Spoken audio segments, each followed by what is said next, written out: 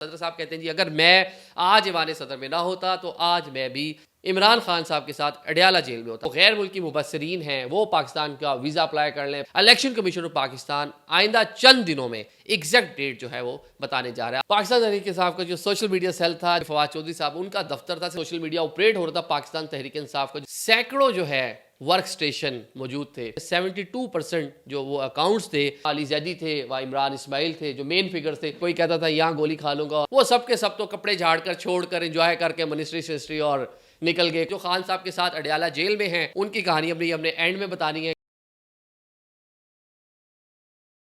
अस्सलाम वालेकुम नाजरीन, मैं हूं आदिल निज़ामी और आप देख रहे हैं मेरे यूट्यूब और फेसबुक चैनल आदिल निज़ामी स्पीक्स।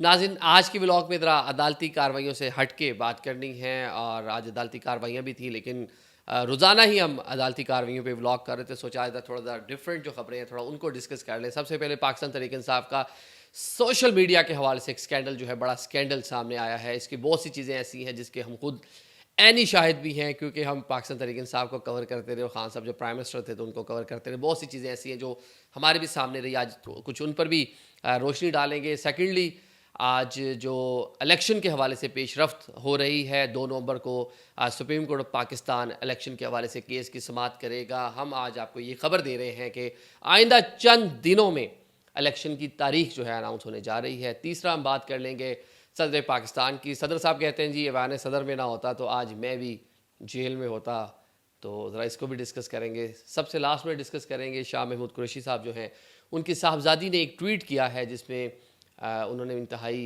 अफसरदगी का इजहार किया है और मखदूम साहब के हवाले से बताया है कि वो उनके क्या जज्बात है साइफर केस में, क्योंकि ये जिस तरह की इसके अंदर दफ़ात शामिल हैं और जिस तरह से कौमी राज के हवाले से दफ़ात शामिल हैं, तो उस पर शाह साहब सुना है जी बड़े रंजीदा हैं जेल में। सबसे पहले बात कर लेते हैं पाकिस्तान तहरीक इंसाफ के सोशल मीडिया सेल की।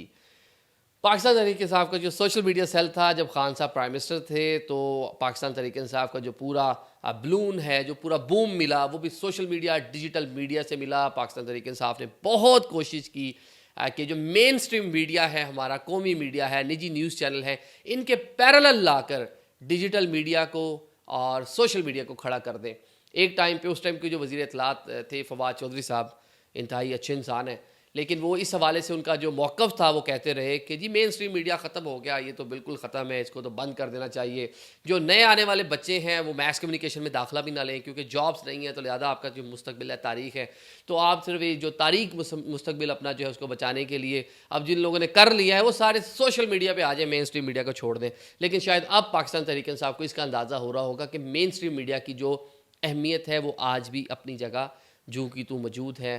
ऑल्दो डिजिटल मीडिया ने बड़ा एक्सेल किया है, हम भी एक जो है सोशल मीडिया प्लेटफॉर्म सिस्टम आपके साथ मुखातिब हैं, जहाँ हमें भी अपना इजहार राय खुलकर जो है बात करने की आज़ादी है, हम बात कर रहे हैं। शायद चैनल में उस तरह की बहुत सी चीज़ें, पॉलिसी मैटर्स हम नहीं बोल सकते, लेकिन साथ साथ उसकी अहमियत जो है वो अभी भी वैसी की वैसी। उसको अब इतनी जल्दी आप जो है ये नहीं कह सकते कि वो बिल्कुल ख़त्म हो गया या बिल्कुल ही ख़त्म हो जाएगा। अगर अखबारात आज भी मौजूद हैं तो अभी फिर जो मेन स्ट्रीम चैनल उनका तो बड़ा लंबा टाइम पड़ा हुआ है।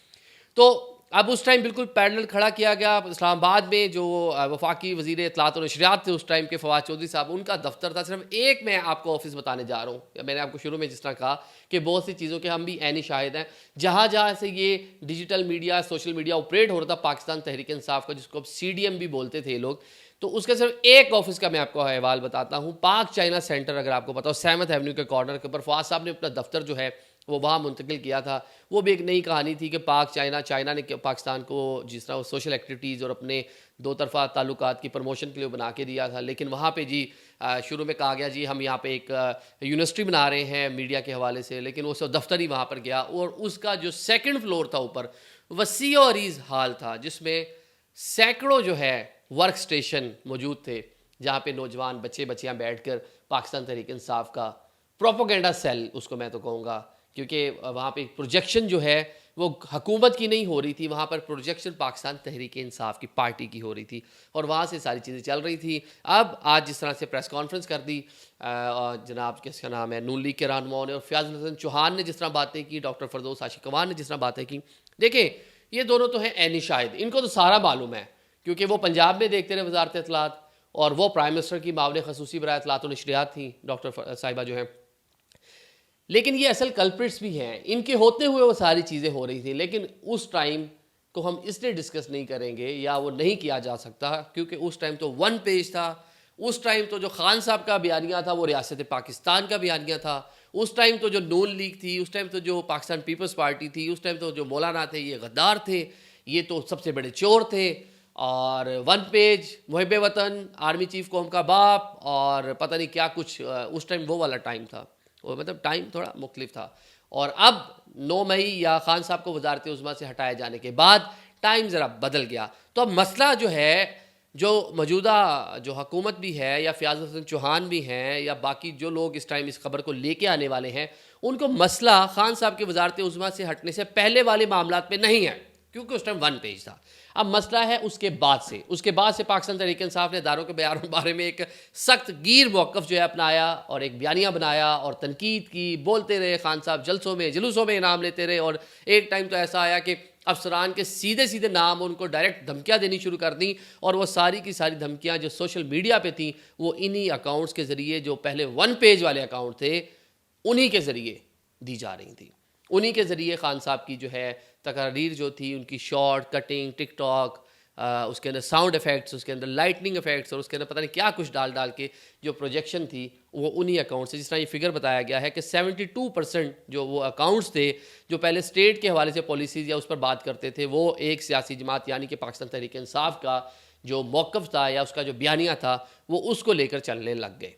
अब इससे पहले हम थोड़ा मज़ीद भी इसके अंदर आपको रोशनी डालते हैं कि डॉक्टर अरसलान खालिद वो इन सारी चीज़ों को देख रहे थे। पंजाब में उनको वज़ीर भी बनाया गया एक टाइम पे और उसके बाद उनकी बहुत सी ऑडियो वीडियोस भी आई हैं, ऑडियो आई हैं, जिस ऑडियो में जो साबका खातून अव्वल है उनसे वो गाइडलाइन भी ले रहे हैं कि किस तरह से किस वाक़े को किस तरह से किस तनाजुर में कैसे जोड़ना है, कैसे उसको मरोड़ कर पेश करना है, कैसे सियाको सबाक से हट कर उसकी पब्लिसिटी करनी है। तो इस तरह की चीज़ें जो है वो बताई जाती थी। और अब इसे बिल्कुल अगर कोई इस बात के ऊपर कहता है कि ऐसा नहीं है और ये चीज़ें गलत हैं और पाकिस्तान तहरीक इंसाफ का जो सोशल मीडिया था वो अलग था और जो ये सारी चीज़ें हैं हुकूमती वो अलग था, देखिए इस पे तो हर बंदा ही, ये मैं नहीं, आज इस्लामाबाद में जो जर्नलिज्म करने वाले या जर्नलिज्म नहीं भी करने वाले सब लोगों को पता है कि गुगली के नाम से एक अकाउंट चलता है, वो कहाँ से ऑपरेट होता था। मुझे उस बंदे का भी नाम पता है जिसने बनाया था और मुझे ये भी पता है कि वो कहाँ बैठा था। जब मैंने पहली बार ये अकाउंट देखा तो उसे 4 दिन हुए थे बनाए हुए, तो उसने बताया जी 4 दिन हुए मुझे बनाए हुए, ठीक है। तो उससे आजकल किस तरह की वीडियोस जो है वो आती हैं वो अब आप सबको पता होगा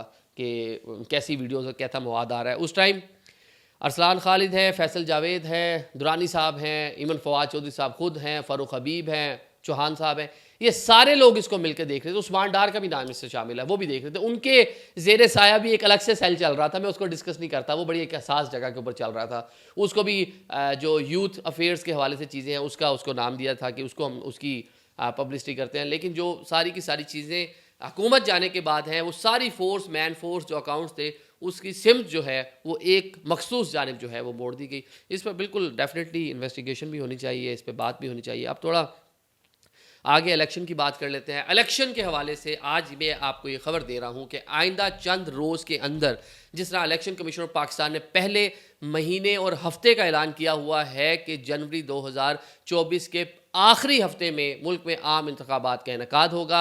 आइंदा 2 से 4 रोज़ के अंदर अंदर election commission of Pakistan election की एग्जैक्ट डेट अनाउंस करने जा रहा है, क्योंकि इलेक्शन कमीशन पे भी थोड़ा प्रेशर है। प्रेशर ये है कि जो केसेस है सुप्रीम कोर्ट 2 नवंबर को इस हवाले से जो है समाअत करेगी। जस्टिस काजी फाइजीसा हैं, अतर मिनल्ला है, अमीनुद्दीन है, ये 3 रुकनी बेंच जो है इस पर सुनेगा। अब बिल्कुल इलेक्शन कमीशन इस मोड में नहीं है कि वो पिछली 90 दिन में होने थे या 92 दिन में होने थे। और प्रेसिडेंट ऑफ पाकिस्तान ने जो खतूत लिखे पिछली समाअत पर, जिस तरह चीफ जस्टिस ने इज़हार ख्याल भी किया है कि जो इंतखाबात करवाने के हवाले से अदालती फ़ैसला था, एक तो 90 दिन की तारीख के बाद था, फिर उसके पंजाब की और KPK की बात करो, फिर उस हवाले से ऑर्डर मौजूद नहीं है। साथ में कुछ रिमार्क्स आए कि सदर ने अपनी जिम्मेदारी पूरी नहीं की।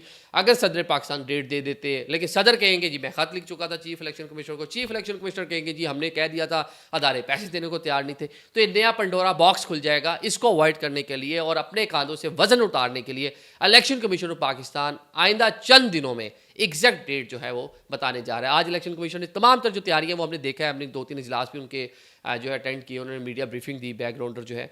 और आज एक और प्रेस रिलीज आ गई, उन्होंने बता दिया कि जो गैर मुल्की मुबसरीन हैं वो पाकिस्तान का वीज़ा अप्लाई कर लें, प्रोसीजर अपना कर लें, एक्रेडिशन अपनी करवा लें और पाकिस्तान में आने से पहले उनकी हम सिक्योरिटी चेक करेंगे। ये देखेंगे कि कोई कौमी सलामती या इस तरह के मामला के ऊपर अगर किसी ने पाकिस्तान के खिलाफ कोई नेगेटिव रिपोर्टिंग ऑलरेडी पिछले प्रीवियस की हुई है उसको डेफिनेटली नहीं आने देंगे।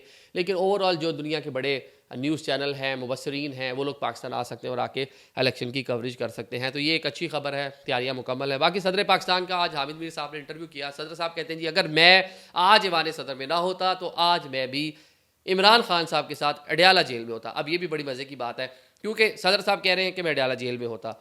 कराची से अभी तक हमें कोई भी ऐसा लीडर नज़र नहीं आया जो मेन स्ट्रीम हो। फरदोस शमीम नकवी साहब हैं, चले जो कराची के लेवल तक उन्होंने तरह डट के खड़े हुए हैं, लेकिन वहाँ अली जैदी थे, वहाँ इमरान इस्माइल थे जो मेन फिगर्स थे। वो सब के सब तो कपड़े झाड़ कर छोड़ कर इंजॉय करके मिनिस्ट्री सिस्ट्री और निकल गए। कोई कहता था यहाँ गोली खा लूँगा और कोई कहता था मैं क्या कर लूँगा। लेकिन सारे जनाब इस्तेकाम पार्टी की खाने भी खाए हैं, तरीन साहब के पास मुलाकातें भी कर रहे हैं और आइंदा की अपनी प्लानिंग भी कर रहे हैं। तो डॉक्टर आरिफ अलवी अगर होते तो मेरा नहीं ख्याल शरीफ आदमी है कि ये भी इतना कुछ बर्दाश्त कर पाते। शायद ये भी आज आइंदा के अपने जो सियासी लाहेमल है वो बना रहे होते। मुझे नहीं लगता कि वो अडयाला जेल में खान साहब के साथ होते, क्योंकि जो खान साहब के साथ अडयाला जेल में हैं उनकी कहानी अपनी हमने एंड में बतानी है कि उनकी कहानी भी बड़ी मज़े की है। ऑल तो उनकी बेटी के ट्वीट को भी डिस्कस करेंगे। अब साथ साथ मीर साहब ने पूछा जी कि खान साहब की जो बहनें हैं, उन्होंने कहा जी खान साहब अलवी साहब से खुश नहीं हैं। अब खान साहब तो एक कैसे खुश हो सकते हैं। उनका तो माइंड ये था कि सदर आरिफ अलवी जो हैं वो एक समरी गई थी नवंबर के महीने में, उस पर भी साइन ना करते। जिस तरह सदर ने असम्बलियाँ डिज़ोल्व कर दी और स्पीकर की रूलिंग को लेकर वो बाद में सुप्रीम कोर्ट से वो सारी चीज़ें रिवर्स हुई। सदर का जो एक ओहदा है वो आईने पाकिस्तान में रियासत पाकिस्तान की वो अलामत है और सिंबॉलिक ओहदा है, लेकिन सुप्रीम लीडर है आर्म फोर्सेस का वो। लेकिन वो सदर पाकिस्तान एक पार्टी के रहनुमा, हालांकि उनको अनबाइज्ड होना चाहिए था, उनकी कोई पॉलिटिकल एफिलिएशन नहीं होनी चाहिए थी, होना तो ये चाहिए था। लेकिन आज भी उन्होंने अपने इंटरव्यू किया कि इमरान खान मेरे लीडर हैं। लेकिन जो उनकी बहनों की जानिब से कहा गया उस पर थोड़ा दबे दबे अल्फाज में उन्होंने ये कह दिया अगर मैं होता तो मैं तो खान साहब के साथ होता, मेरे लीडर हैं, मैं उनसे फलाना फलाना फलाना। तो अभी भी अपनी लॉयल्टी शो करने के लिए वो लगे हुए हैं। लेकिन on the other hand Pakistan Tehreek Insaf जो है उनको समझ आ गया कि सदर साहब भी बयानात की हद तक तो हमारे साथ हैं, लेकिन जहाँ कुछ करना था वहाँ उन्होंने नहीं किया। लेकिन मैं इस बात को आपको बता रहा हूँ कि सदर ने वो कुछ किया जो उनको नहीं करना चाहिए था। बहुत से मामलात में बहुत सी तरामीम ऐसी थी, बहुत से कानून साजी ऐसी थी, बहुत से मामलात, बहुत से टाइम ऐसे आए, काफ़ी जगह ओथ लेने का मामला था जो सदर पाकिस्तान को लेना चाहिए था, लेकिन उन्होंने नहीं लिया। उन्होंने मेरे ख्याल से अपने ओहदे के खिलाफ जाकर वो सारी चीज़ें की। लेकिन अभी भी पाकिस्तान तहरीक इंसाफ उनसे खुश नहीं है और उनसे do more, president Alvi do more, कुछ और करें हमारे लिए, उसका मुतालबा कर रही है। बाकी आखिर में आगे मखदूम शाह महमूद कुरैशी साहब सीनियर पॉलिटिशियन हैं, कुछ 41 साल हो गए उनको सियासत करते हुए और पाकिस्तान मुस्लिम लीग नून, फिर पाकिस्तान पीपल्स पार्टी मोहतरमा बेनज़ीर भुट्टो के बड़े करीब रहे और फिर खान साहब की मोहब्बत में वो पाकिस्तान तहरीक इंसाफ में। आज उनकी बेटी का एक ट्वीट है कि मैं अपने बाबा से मिली हूँ और मैंने उनकी 65 साल ज़िंदगी में उनको कभी भी इतना इमोशनल नहीं देखा, पहली बार इमोशनल देखा। ऐसा नहीं कि वो जेल में है, सख्ती है तो इसलिए इमोशनल है, वो इसलिए इमोशनल है कि उनके ऊपर जिस तरह का इल्ज़ाम लगा है। पाकिस्तान के ambassador 2 bar foreign minister of Pakistan रहे हैं, डिफरेंट अहम ओहदों पर रहे हैं। उनकी फैमिली एक अच्छी वेल रेप्यूटेड साउथ पंजाब की फैमिली है। वालिद साहब भी उनके गवर्नर पंजाब रहे, डिप्टी चेयरमैन सेनेट रहे, बाकी फैमिली के बहुत से लोग भी गवर्नरशिप और इस तरह के ओहदों पर फाइज रहे हैं। खुद उनका अपना जो पॉलिटिकल कैरियर बड़ा ब्राइट है और किसी किस्म का उनके ऊपर कोई एलिगेशन नहीं है आज से पहले, किसी किस्म का इवन कोई FIR भी नहीं थी। नीट एंड क्लीन पॉलिटिशियन है, कोई करप्शन का उनके ऊपर वो नहीं है।